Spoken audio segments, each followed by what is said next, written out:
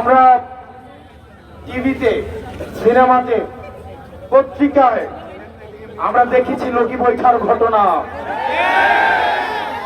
লগি বৈঠা শুরু করেছিল আওয়ামী লীগ, সেটার সিলসিলা এখন বহন করছে যারা মুজিববাদের নতুন করে ঠিকাদার হয়েছে, তারা আবার সেটার সিলসিলা ধারণ করেছে। সেদিন থেকেই রুমিন ফারহানারা ৩২ ভাঙার জন্য তারা মায়া কান্না জুড়ে দিয়েছে। সেদিন থেকেই বুঝে গিয়েছি যে এই দল চাঁদাবাজদের অভয়ারণ্য পরিণত হবে। আজকে শুনলাম একজন বলছে নেতা যদি অর্ডার দেয় 10 মিনিটে নাকি সরকার পতন করবে। এই 17 বছর কোথায় ছিলে? দেশ নেত্রী বেগম খালেদা জিয়ার বাসার সামনে ট্রাকটা পর্যন্ত ছড়াইতে আসেন না।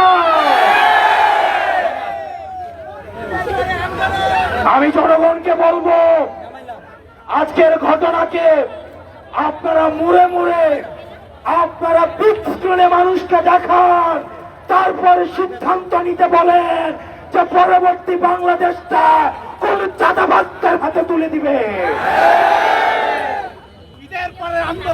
প্রিয় তরুণ প্রজন্ম, আপনারা রক্ত দিয়েছেন। আমার এই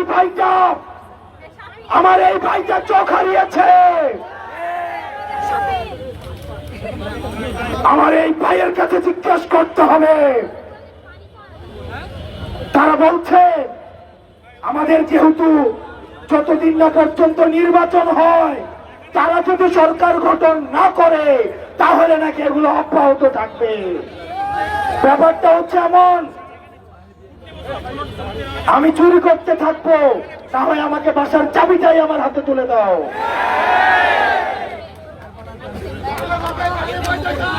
আপনারা জেল থেকে বের হয়ে বলছিলেন মাসুম বাচ্চারা,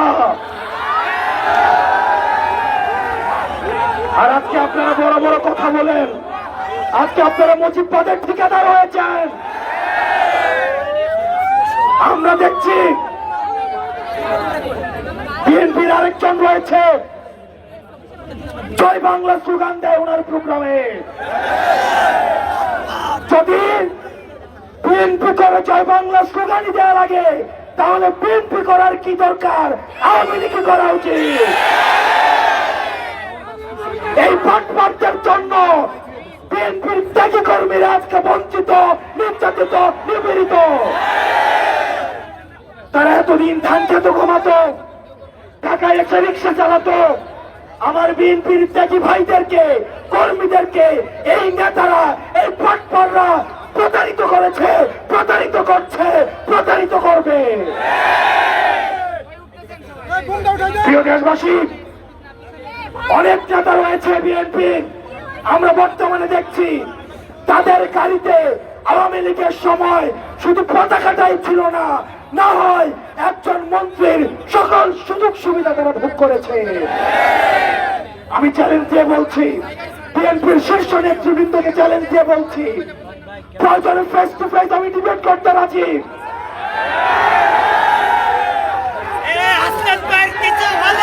আপনারা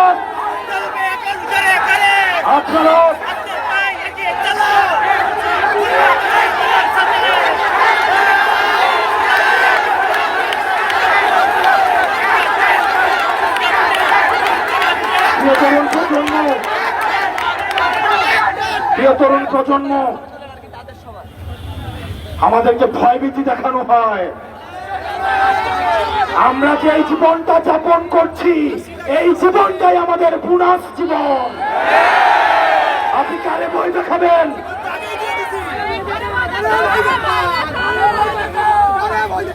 প্রিয় খুলনাবাসী, অনেক নেতাকে আমরা দেখেছি, এখন ব্যক্তিগতভাবে চিনি।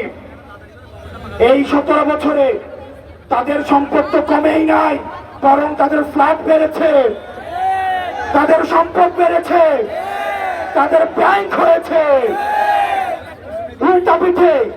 কর্মীরা রাস্তায় মাইর খেয়েছে, মামলা খেয়েছে, বাড়ি যেতে পারে নাই, সন্তানদের দেখতে পারে নাই। এই প্রতারণার রাজনীতির অবসান ঘটাতে হবে। আপনাদেরকে সিদ্ধান্ত নিতে হবে যে আপনারা কাদের হাতে দেশ তুলে দিবেন। আপনারা পাড়া মহল্লায়, আপনারা অলিতে গলিতে প্রজেক্টর দিয়ে আজকের যেভাবে নৃশংস কায়দায় এই চাঁদাবাজরা আজকে যেভাবে হত্যা করেছে সেই ভিডিও আপনারা মানুষকে দেখাবেন। প্রিয় তরুণ প্রজন্ম, আমাদের অনেক দায়িত্ব রয়েছে। আমি গতকাল বলেছিলাম আমাদের দেশের ভাগ বাতাসে সংকট ঘনীভূত হচ্ছে। এই সংস্কার পিছিয়ে দিয়ে আমরা দেখেছি তারা আওয়ামী লীগ নিষিদ্ধে তো তারা বেজার হয়েছে। তারা সংস্কার চায় না, তারা বিচার চায় না, তারা আওয়ামী লীগ নিষিদ্ধ চায় না। তাহলে আপনারা চান কি? শুধু কি চান্দা চান? যদি চান্দা লাগে আমরা সবাই মিলে উঠাইয়া চান্দা দেই।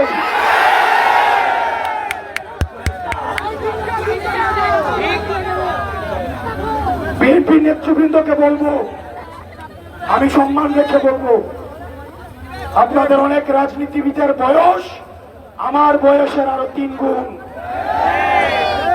আমি আপনাদেরকে বিনয়ের সাথে আমরা অনুরোধ করব, আপনার এই তরুণ প্রজন্মকে বুঝুন। আওয়ামী নেতৃবৃন্দ, আওয়ামী লীগের চ্যাপ্টার ক্লোজ হয়েছে, কারণ তারা আমাদেরকে বুঝে নাই। এই তরুণ প্রজন্মের ভাষা বুঝে নাই। জনাব তারেক রহমানকে বলবো, যদি আপনি 80 বছর মানুষের দৃষ্টিতে বাংলাদেশকে দেখেন তাহলে আপনি ভুল করছেন। আপনার দলের তরুণরাও আপনার দলে বঞ্চিত। আপনার দলের তরুণদেরকেও কথা বলতে জায়গা দেওয়া হয় না। তারা আমাদের কাছে আসে, বলে তোমরা এগুলো নিয়ে কথা বলো।